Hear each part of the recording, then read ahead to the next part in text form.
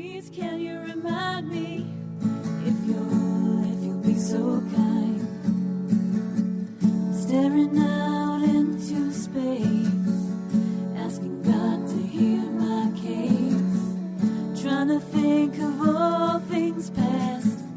How long will my memory last? But purple angel, purple angel, purple angel, you're next to me. Well, welcome everyone to Alzheimer Speaks Radio. I'm Lori LeBay, the host and founder of Alzheimer Speaks, and I'm glad you're with us today. We're going to have a great conversation about coconut oil. But before I get to that, we always get new listeners, and so I want to explain to you who Alzheimer Speaks is and what we're all about. Bottom line, we are an advocacy-based company providing multiple platforms to shift our dementia care culture from crisis to comfort around the world. We believe that by joining forces, sharing knowledge, and just having everyday conversations about life with dementia, that we can remove some of the stigmas attached to memory loss and help those who are diagnosed with the disease and dealing with the disease continue to live purpose-filled lives. At our core, Alzheimer Speaks believes collaboration is the only way we're going to win this battle. And we know that your collaboration with us is really shooting us to the stars. We were named the #1 influencer online for Alzheimer's, according to ShareCare and Dr. Oz. And that is because you share our information, not just the radio show, but our blog, our Dementia Chats webinars, our Conscious Caring interviews, our resource directory. We have a multitude of things.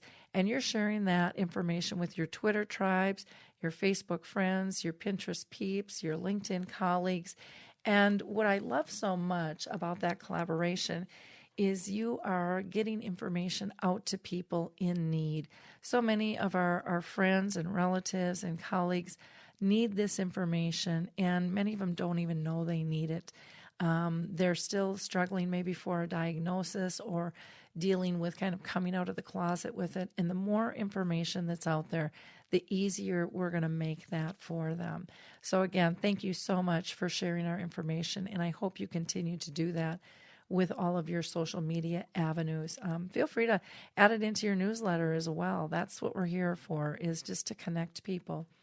If while you're listening, you think you might have a story of your own that should be told, please reach out to me. Just go to alzheimerspeaks.com. Up at the top, there's a big contact button, and click on that, and you'll have a variety of ways to reach me. We believe everyone's voice needs to be heard. So if you're diagnosed with dementia, if you are caring for a loved one or a friend, or maybe you're a professional carer, we'd love to hear from you. Maybe you're a researcher. Maybe you've written a book or have a script for a play or a movie. It doesn't make any difference. Maybe you're a high school student or even younger, making a difference. We want to hear from you. So again, please just go to alzheimerspeaks.com, and we would love to hear from you. I want to give a shout out to the Caregiver Alert Center. They just do such a great job disseminating information in times of crisis when someone would happen to wander. And I just believe so fully in their work, and really respect Mark Arnold for all he's done there. If you're going to be in Indiana in October, I'm going to be there too. October 19th, I'm going to be in Fort Wayne. And on the 20th, I will be at Maryville with the Alzheimer's Association. You can go again to alzheimerspeaks.com and find information regarding both of those conferences. But I always love to meet our audience. Now today, I have my co-host with me, Brian LeBlanc. Brian has been living with dementia, and I'll let him tell you just a hair about himself. Welcome, Brian. How are you today? I'm wonderful, Lori. Thank you very much. Yes, I was diagnosed in October of 2014 with early onset Alzheimer's, and I am a voracious Alzheimer's advocate. For it gives me the positiveness to face each day and to get out. I'm a national public speaker, and it gives me the opportunity to spread awareness as well as educate people on everything related to Alzheimer's. Okay, well, great. And Brian's only going to be able to be with us for probably a portion of the show, so he's going to just scoot away when he needs to. Now, our guest today, I'm really excited to have, is Dr. Bruce Fife, and he is a certified nutritionist and also a naturopath physician. He's the author of over 20 books, including one called Stop Alzheimer's Now, and he serves as the director of the Coconut Research Center. There have been so many myths and comments about coconut oil. Hopefully, we'll be able to diffuse those today. So, welcome, Dr. Fife. Thank you for inviting me, Lori. Well, I'm excited to have this conversation. Just even in the last 5 years, so much has changed in terms of people's perceptions about coconut oil. But before I get into my questioning, I would just like to ask our guests if they have been personally touched with their own family or circle of friends with a form of dementia. So, Dr. Fife, has your family been touched by dementia at all? I'm sorry, I thought you were asking the audience. Oh, yes. My father has had dementia. He died of it. And I have a sister that has dementia, Alzheimer's. Okay. So that's very close in the family circle there, that's for sure. Yes. Well, I can see how you got interested in this. Why don't you explain a little bit about coconut oil and how it works, I guess, within the body, and then we can get into how it can help people with dementia. Well, coconut oil is really interesting because it works better than any drug that's currently on the market for treating Alzheimer's. Most drugs, in fact, all drugs for Alzheimer's, they can't stop the disease, let alone reverse it. But coconut oil has been shown to not only have the ability to stop the progression, but even reverse it. People that have incorporated into their lives as they should, they regain much of their memory. They regain the ability to read, to type on a keyboard, to recall family members' names that they had forgotten before. Personality returns. They're able to laugh and to joke when that had stopped before. Those that have lost the ability to talk coherently when they start taking coconut oil are able to speak in clear sentences. So coconut oil really is effective. Okay. Now, over the years, we've heard everything. I mean, people used to laugh when they would hear coconut oil, and I'm sure that you were aware of that, where they just really poo-pooed it. And it seems like there's research today to kind of back some of this stuff up now. Is that true? Well, that's true.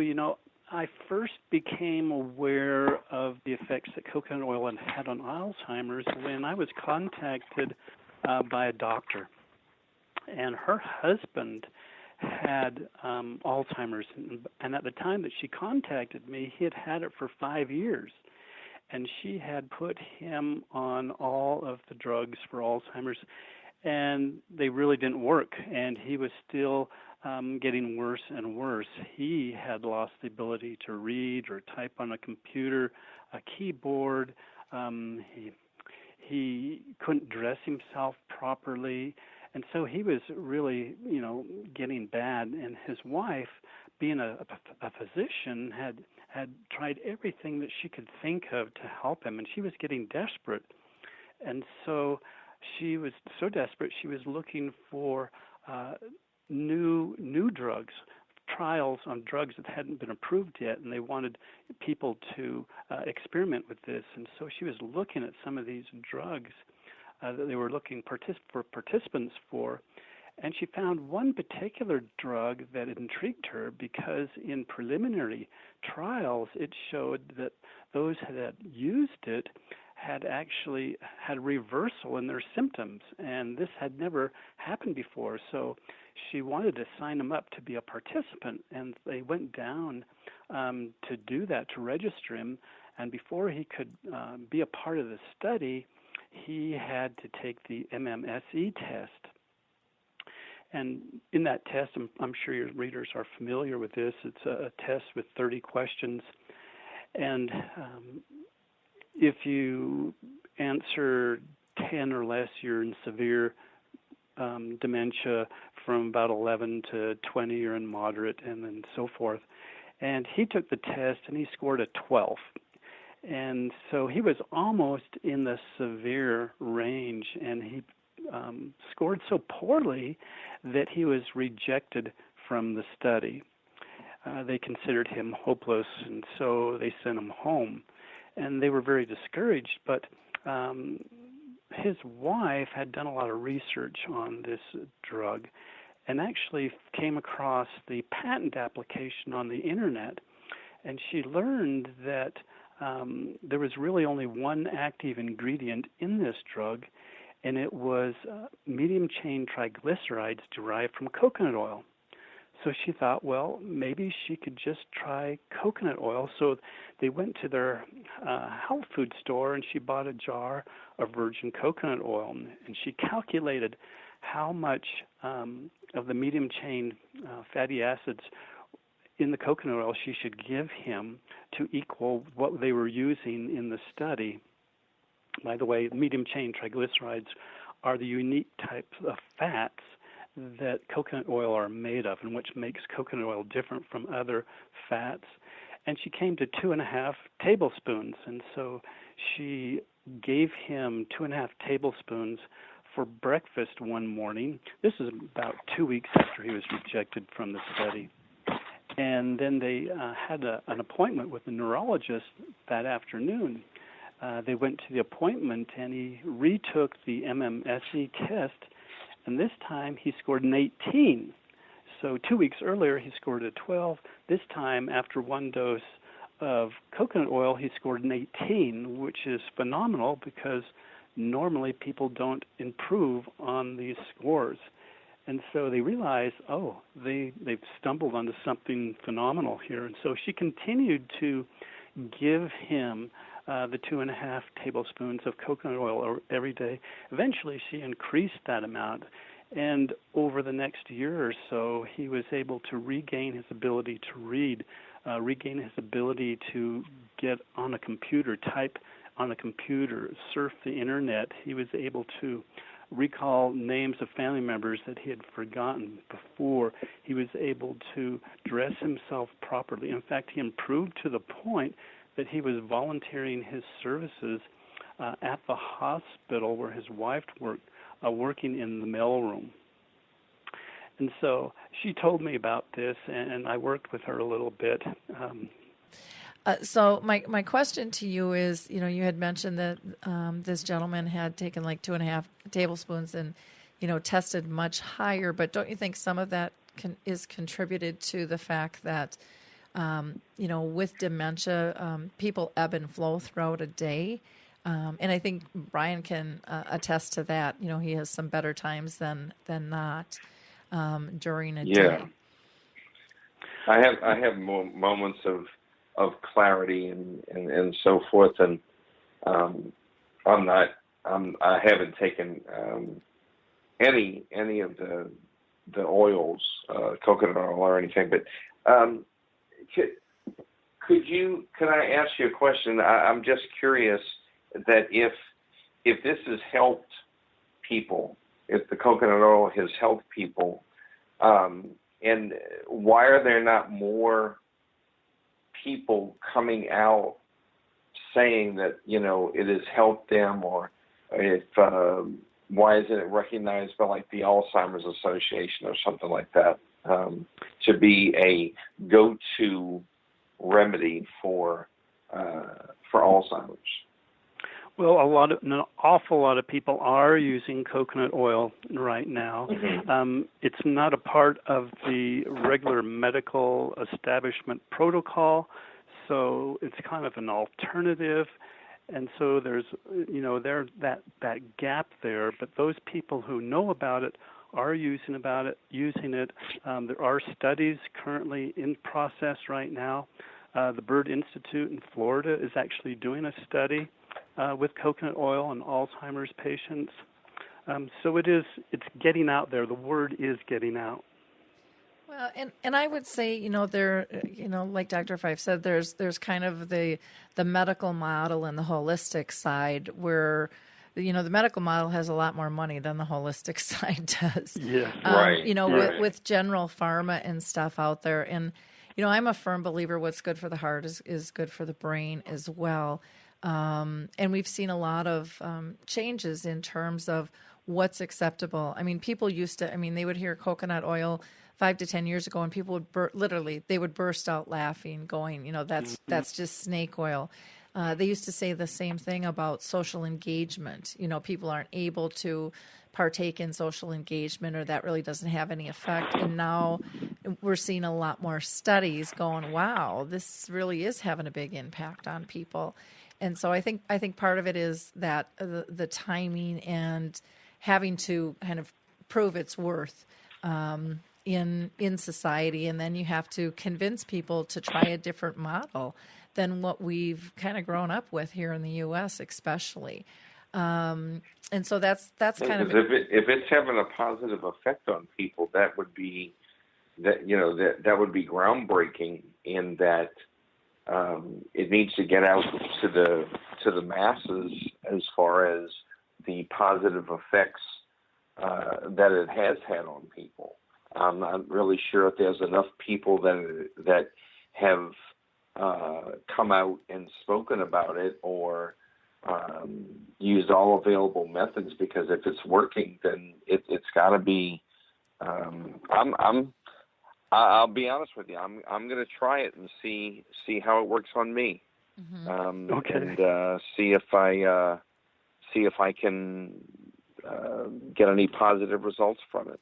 Well, it's one of those things, and correct me if I'm wrong, Dr. Fife, that can't hurt you. I mean, you can use this, as your cooking oil instead of, butter and other types of fats. Some people I've heard put it right into their coffee. I mean, there's coconut drinks. There's all kinds of different supplements that people are coming up with now with coconut oil. And it's kind of interesting. The thing that I just want to state, like when you said, the man had done, 2.5 tablespoons and, they saw an immediate change. That, to me, I would still be a little skeptical, and not that it couldn't have happened, but I guess I just see people with dementia change how they would do on a test throughout a day anyways. And that's one of the reasons, for example, like with memory cafes, I was told, well, you have to test them. And I said, I'm not going to. My mom had dementia for 30 years. And, people argued with me that she couldn't have it that long because they don't live that long. And but I saw her abilities change throughout a day.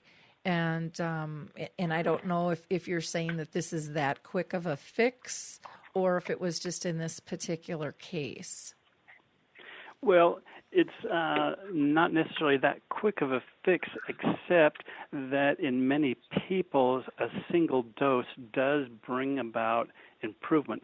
Now, I say in many people because in other people it may take a little bit longer time to see improvement. But as you continue to do it on a daily basis, you can see improvement in the memory and in their personality. I mean, I've had people tell me that they've given, for example, I'm thinking of one man who he said he gave it to his wife who could only speak in babbles, but when he gave it to her, she started speaking in clear sentences, and it only took like a couple of days for that to occur.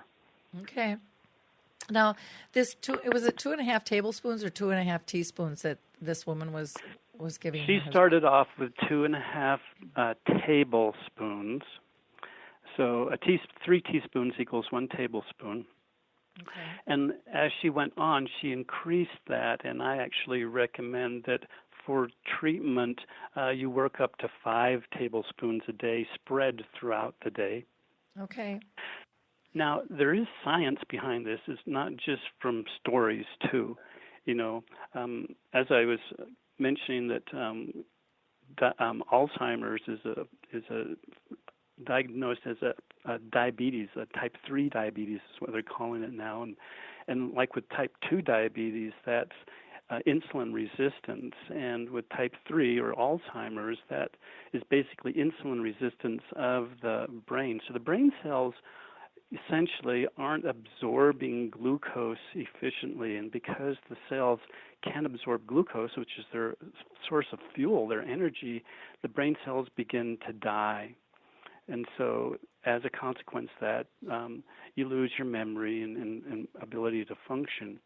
But fortunately, there's an alternative type of fuel that the body can use, or the brain can use, known as ketones. And even if the brain is insulin resistant, it can still absorb ketones. And so ketones can provide the energy that the brain needs to function and to heal and to repair. Now, the great thing about coconut oil is that the unique fatty acids in coconut oil, the medium-chain triglycerides, when you consume the coconut oil, these medium-chain triglycerides are automatically converted into ketones, providing the brain with this alternative source of fuel that can give it the energy that it needs to live and function. Okay.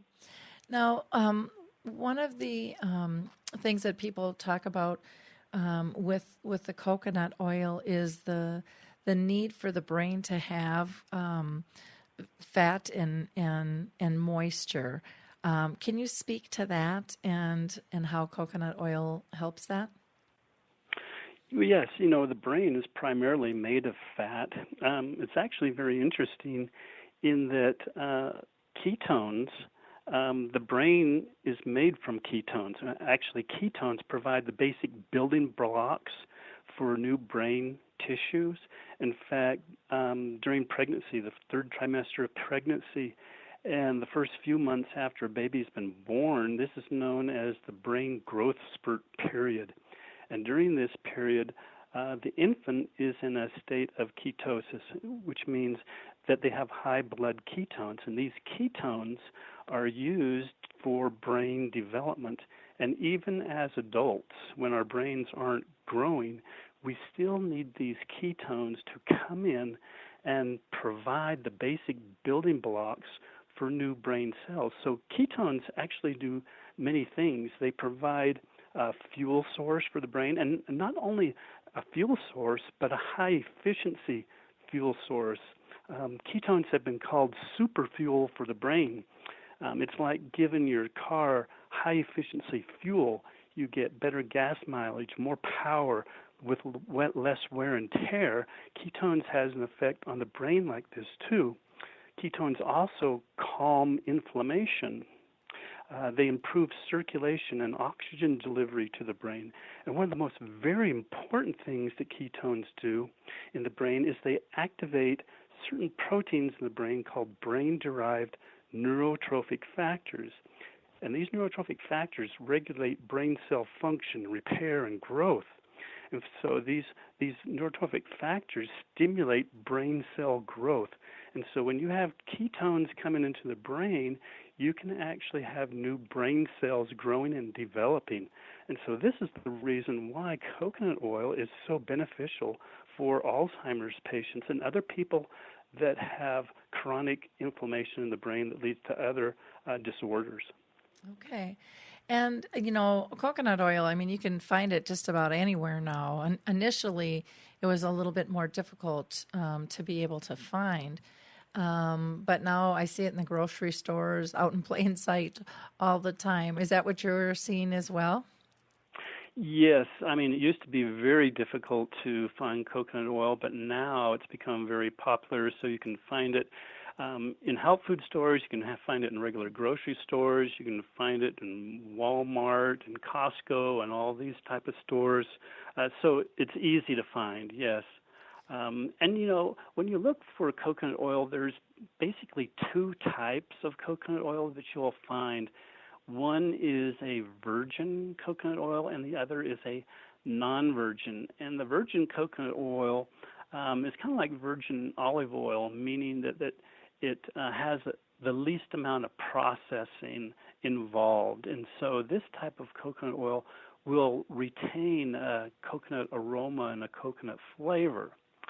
The non-virgin coconut oil has gone through a little bit more processing, but it's essentially tasteless.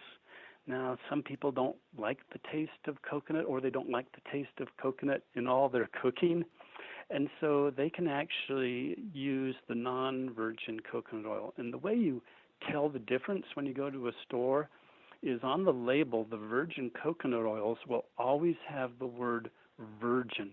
It may have other words in the title. It may have organic virgin or natural virgin or something like that, but it'll always have the word virgin.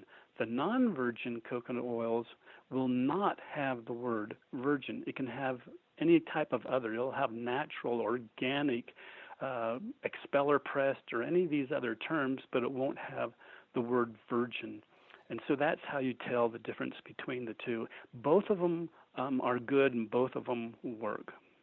Okay, well, that's interesting to know. I did not know that was the difference between the two. I always thought that the virgin was more pure, but I didn't know that it had anything to do with taste. Because sometimes when I'm cooking, I might not want that flavor in there. So that's really a good thing to know. Thank you for sharing that. And typically, is not the virgin oil a little bit more expensive?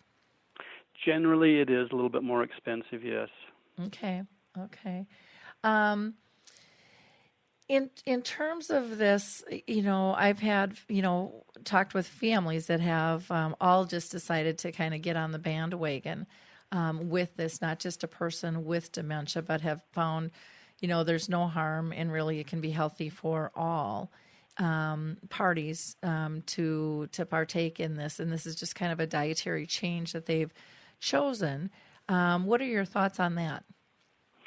Definitely. As you mentioned earlier, coconut oil is not harmful in any way. In fact, it's health promoting.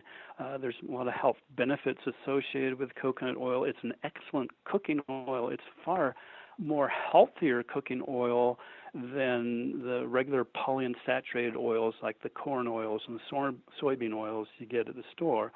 It's a very safe cooking oil because it's heat stable. And so it's a good cooking oil. You can put it in any type of food. You can cook in it. People put it in their coffee and their tea, but you can put it into soups and in casseroles. People use it as a spread like they do butter, so they put it on their toast or they put it on hot vegetables. And so you can actually put coconut oil on any type of food to get the coconut oil you want. And it's good for everyone, whether you have a problem or not. I recommend that for just to enjoy the basic health benefits associated with coconut oil, that people consume 1 to 3 tablespoons a day. If they are having memory problems or do have Alzheimer's, then I would go to a more therapeutic dose of 4 to 5 tablespoons a day. Okay. Now, have you gotten pushback from other doctors regarding the coconut oil and the use? Well, there's always skeptics, of course, that can't believe that something natural like this is so effective. But what's really nice is that I've gotten a lot of positive feedback from doctors who either have tried it or recognize it basically from the science, from the published medical work already done to kind of provide the basic or the background foundation of why it works and so forth. Okay. And that's kind of what, like I said, I've been hearing too, is that there's a lot more research and people seem to, well, I think as a whole, people are feeling more comfortable with holistic possibilities, especially when you've got a disease that has no cure, for it. I think people are a little bit more willing to go outside the box and try to see, will this work for me? And like anything else, everything's not going to work for everybody. But again, it can't do you any harm in terms of trying this, I suppose, unless you want to eat a whole jar of it in one day or something like that. That might be a little hard on the system. But I don't think anyone's gonna go to that extreme either. I hope not. With that would be an awful lot to chug down. Well, you know what? When I do talk to people and I do get on the radio and I mention to do 4 or 5 tablespoons, people will automatically jump into doing 4 and 5 tablespoons, and I actually recommend that they work up to that amount. Start off with 1 tablespoon a day first, and stay on that for a little while, then go up to 2 and up to 3. And the reason I say that is so many people have been afraid of fats, so they've cut fats out of their diet so much their body isn't accustomed to that much fat. And if you give it too much fat when it's not prepared for it, it can give you some upset stomach and cause diarrhea. So I recommend that people start off low and then gradually build it up to it so their body can adjust to the higher level of fat intake. And then after a while, they'll be able to handle 5 tablespoons a day without problem. I know people that take up to 12 tablespoons a day. Mm-hmm. Well, and I think that's really good advice because nobody wants a sick stomach, No. with things. So, again, everything in moderation. And, when you're, taking typically any type of or doing any type of adjustments to your diet, easing in and easing out is just a smart way versus going cold turkey because you don't want to shock the system there either with that. Now, you have written a book called Stop Alzheimer's Now. Do you want to talk to people a little bit about that? And I'd like you to start out with why you chose that title because, for some people, I think it might actually make them push back versus opening it up because it sounds like it's an end-all, be-all book, and people might shy away from that and think it's more quackery than anything. So why did you pick the title of Stop Alzheimer's Now? Well, I thought it was a nice, strong title, and coconut oil, from what I've seen, has worked better than any other treatment I have witnessed, and there's a lot of promise with it. Now, I'm not claiming that it's going to cure Alzheimer's patients, and actually the effects vary from person to person, depending on lots of things. Lots of times people will say, oh, coconut oil is good for Alzheimer's, and they'll take a teaspoon or 2 teaspoons, and they say, well, I didn't see any different. Well, 2 teaspoons isn't enough to show a difference. You need to get up into the more of the 3 and the 4 teaspoon or tablespoon level before you start seeing some improvements. And the book that I wrote basically outlines what Alzheimer's is and factors that affect it, and it goes also into diet.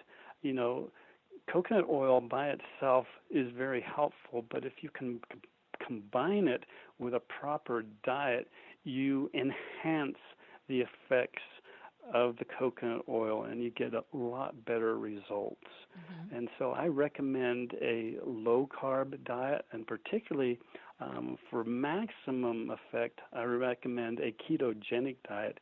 If you can do a coconut oil-based ketogenic diet, that's when you'll see maximum benefit. And also certain supplements, antioxidants and things that can be added into the diet will also enhance the effectiveness of it. So when you're talking about, because I believe you wrote a book on the ketogenic diet as well, is that correct? Yes. Uh-huh. On that, can you explain a little bit more what that, in layman's term, what the heck that means? Okay, yes. The ketogenic diet is basically a very low-carb diet, a high fat with moderate protein. And so basically you are removing a lot of the carbs, primarily the sugars and the sweets and the grains and things, and replacing it with more fatty type foods. So you're increasing your fat intake. And what happens is the body is using those fats to produce the ketones that the body needs to heal the brain. Okay. So when you say, I think most people know what carbs are, but if you can just throw out some examples of carbs and high fat and moderate protein to our audience, I think that would be helpful. Okay, so primarily when you go into like a ketogenic diet, you want to get rid or drastically reduce or eliminate foods rich in carbohydrates. And those foods would be like sugar. Sugar is pure carbohydrate. Also, refined grains are very high, almost pure carbohydrate as well. So starch, for example, anything that's rich in starch. So the grains, the wheat, the oats, the rice are all very high in starch. Starch is pure carbohydrate. Starchy vegetables, which would be potatoes and winter squashes, are very high in starch. So you eliminate those and you focus more on the low-carb vegetables, which would be zucchini and broccoli, asparagus, and things like that. The fats would be good fats like coconut oil, good fats made in mayonnaise, avocados, some nuts, things like that. And then protein would be moderate protein, because a ketogenic diet isn't a high protein type diet. It's a moderate protein diet. So your protein intake stays kind of normal, moderate, and you can have any type of protein. It can be eggs, chicken, fish, beef, pork, any type of food like that. And so when you have a meal like this, basically a very basic ketogenic meal would be a moderate-sized piece of meat with plenty of vegetables with some fat like butter and stuff mixed in. Okay. How would, using coconut oil, one of the big crazes now is kind of green energy, everything being green. What are your thoughts with that? Does that fit into your model of the ketogenic diet or not? With grain energy? Mm-hmm. You're talking about energy from grains? Yeah. Well, if a person it doesn't have Alzheimer's, they can eat grains, but when someone has Alzheimer's, they really need to cut back on grains and other starchy type foods. And it's interesting, there's been studies showing that people who consume lots of sugars and starches are more likely to develop dementia later in life. Well, I'm sorry, you must not have been able to understand me. I didn't say grains. I meant greens, like in the color green. Okay. Because a lot of people talk about the greens. Greens are excellent. Yes, in fact, I highly recommend them. So spinach and things like that. Yes, those are a very important part of a ketogenic diet. Okay, wonderful. Thank you. Now, if somebody decides to start utilizing coconut oil in their diet, do you think that is something that they should talk with their physician about? Well, they could. The problem is that most physicians don't know really anything about coconut oil. In the past, coconut oil had a bad reputation because it's primarily a saturated fat. And so the belief was saturated fat promotes heart disease. But now that concept has changed, we now know that saturated fats do not cause heart disease. And coconut oil definitely does not cause heart disease. But unfortunately, this idea of saturated fats being bad has been ingrained in us so much that it's hard for a lot of people to break away from that outdated idea. And many doctors are kind of still in that rut of thinking that saturated fats, particularly coconut oil, promote heart disease. Yeah, it is, and that's one of the things that's tough with our medical model and things is what's good one day is ixnay the next, and then it comes back around and it's wonderful for you. And I just think of bacon, from bad to good to, it's just been up and down. And so it's hard to keep track of everything and what is actually, what's the latest study on things. And so it does get, for the general consumer, it's confusing. It confuses me a lot out there, with all of this. So I do have to say I do have coconut oil in my cabinet, and I do use it. I don't use it probably as regularly as I should, but I also don't cook as much as I should. Are you seeing it being used in restaurants more at all? Well, I am seeing it used in processed foods more, and so when I go to the grocery store, I'll see coconut oil as an ingredient in foods which I hadn't seen in years past. I'm seeing more and more coconut oil added into foods. Okay, because that's what I've heard, but I wasn't sure if that was accurate or not. On that, are there some other things in your book? Let's get back to your book, Stop Alzheimer's Now. Do you have stories of people who have gone through this, or what can they expect if they purchase this book? What would they find in it? I try to make this book pretty comprehensive, and so I start off and I talk about the science behind the ketones and coconut oil converting into the ketones and how the ketones affect the brain, so that there's a found scientific basis there. Then I also go over instances where people have incorporated coconut oil into their diet or the ketogenic diet into their lifestyle and have shown remarkable turnarounds in their condition. Initially the ketogenic diet was developed in 1923 to treat epilepsy, which is another brain condition, and it was very successful. In fact, the ketogenic diet is the most efficient, most effective treatment for epilepsy. And children that start on the ketogenic diet, they can stay on the ketogenic diet normally for about 2 years. And in that time, they can actually achieve a complete recovery from the condition. Mm-hmm. Okay, wonderful. Is there anything specific that you want our audience to know before our time is up here? Well, what I'd like to mention is that coconut oil, as you mentioned earlier, is not harmful. It's helpful. We've only talked about its effect on the brain, but it also has lots of other benefits throughout the body. I've written many books on them. They could come to my website at the coconutresearchcenter.org to learn a little bit more about what coconut oil can do, both for the brain and the body. Okay. Wonderful. Now, the best way to reach you, I've got down, people can actually go to your website, which is coconutresearchcenter.org. Again, that's coconutresearchcenter.org. What can people expect to find there?